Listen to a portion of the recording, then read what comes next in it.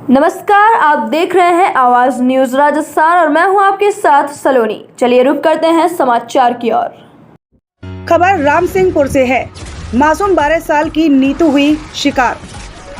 अनूपगढ़ उपखंड क्षेत्र के ग्राम पंचायत 72 जीबी के गांव 78/2 जीबी में लड़ाई झगड़े का मामला आया सामने।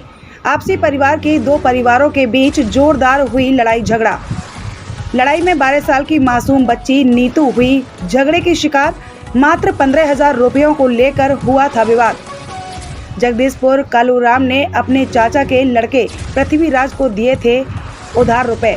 18 महीने के बाद भी रुपए वापस नहीं किए। जगदीश ने मांगे तो घर में घुसकर अभद्र व्यवहार। पृथ्वीराज सुनीता पुत्री नीतू से पृथ्वीराज और अन्य व्यक्तियों द्वारा मारपीट की गई और मारपीट का दौरान बाद रामसिंहपुर पुलिस पहुंची। मौकाई वारदात पर पुलिस ने नीतू को पहुंचाया रामसिंहपुर के उप स्वास्थ्य केंद्र, जहां से हालत की गंभीरता को देखते हुए श्री विजयनगर से श्री गंगानगर फिर वहां से बीकानेर रेफर कर दिया गया है। मासूम बच्ची की हालत बताई जा रही है नाजुक। अनूपगढ़ से ब्यूरो चीफ रमेश बागड़ी की खास रिपोर्ट।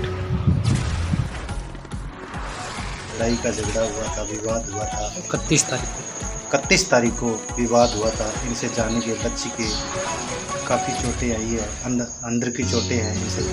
बेटा क्या मामला था, क्या हुआ? बोल दो। बताओ बेटा। बताओ।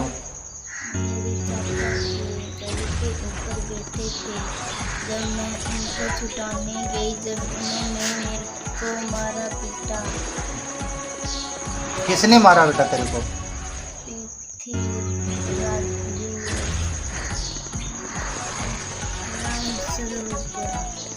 उसको कहा मेरे चाचू को छोड़ दे, उसने छोड़ा नहीं तो मेरे को मारने पीटने लगे। उसके बाद में थाने में दूसरे दिन गए? थाने में कितने दिन बाद गए? थाने में क्या हुआ फिर? थाने में बताओ। पुलिस वाले मेरे को ऐसे कहते हैं कि इसकी तो शादी हुई है।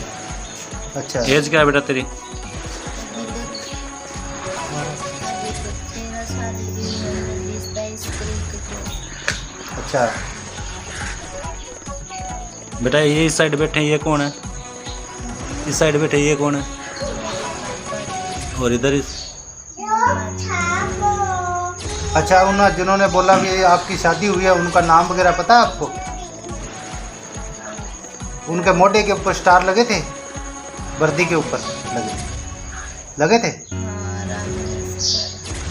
रामेश्वर है नाम का। उन्होंने बोला भी आपकी शादी हुई है। इसकी तो शादी हुई है। जी, चलो इनके पापा भी बैठे हैं, इनसे जानेंगे क्या घटना हुई। सर क्या घटना हुई, क्या मामला हुआ? सर उस दिन मैं तो काम पे था जी। और जब मैं आया रात को 9 साढ़े 9 बजे के करीब, तो मैं दुकान पे था, मैं चीनी ले रहा था जी। तो और मेरे को हल्ला सुनाई दिया तो मैं चीनी वगैरह वहीं छोड़ के भगा और आगे आप पहुंचा घर पे तो देखा कोई नहीं था। और जब घर के पास में मेरे बाथरूम के साइड में उन्होंने पकड़ रखा था और बच्ची मेरी यहाँ पड़ी थी, मेरी बहू आगे पड़ी। मैं इनको उठाने लगा और मेरी मिसेज को बोला मैंने कि किनको पकड़ रखा था? मेरे भाइयों को पकड़ रखा था और मेरी बेटी गुम हुई थी और मेरी बहू गुम हुई थी। इनके पेट पे लात लगी थी मेरे घर के अंदर ही यहीं जी। और जब मैं इनको उठा के अंदर करने लगा तो मेरे साथ मारपीट करने लग गए थे। किस मैटर में मारपीट की गई आपके साथ? ये मैटर तो सर कोई पैसों का था, लेने थे, लेकिन मेरा भाई जब काम से यहाँ आया तो इसके घर पे ही लग गए थे इसे मारने पीटने। जब मेरी बच्ची वहाँ पहुँची थी, इसके पेट पे भी लात हाथापाई की और मेरी बहू के भी लात मारी, घर में घुस गए थे। अच्छा, मारने वाले कौन थे? मारने वाले मेरे चाचा का लड़का था पृथ्वीराज, वो एक, और वो राजकुमार, रामस्वरूप और भी कुछ अन्य लोग थे। और इनके घर के सदस्य तो पूरे थे, इनकी दोनों बहुएं थी, मेरी चाची थी, मेरे चाचा थे, ये सभी पूरा परिवार था। सब अंदर आ गए थे, सब मारने पीटने लगे थे और मेरे को भी मारा जी। और उसके बाद में ये मेरी बेटी और ये सब गुम हो गए थे। फिर इनको तो हॉस्पिटल ले गए थे जी। और हम बाद में वहाँ घर पे थे कि ताकि बाद में कोई हादसा ना हो जाए जी। और उसके बाद में पुलिस ने वहाँ बयान बून लिए थे। उस बाद में हम सुबह गए, वहाँ थाने पहुँचे तो वहाँ भी हमारी कोई सुनवाई नहीं हुई। आज काफ़ी दिन हो गए, 31 तारीख का मामला है। कौन से थाने में पहुँचे आप? रामसिंहपुर। जी। तो वहाँ हमें धमकी देने लगे कि इनको पकड़ कर अंदर करो।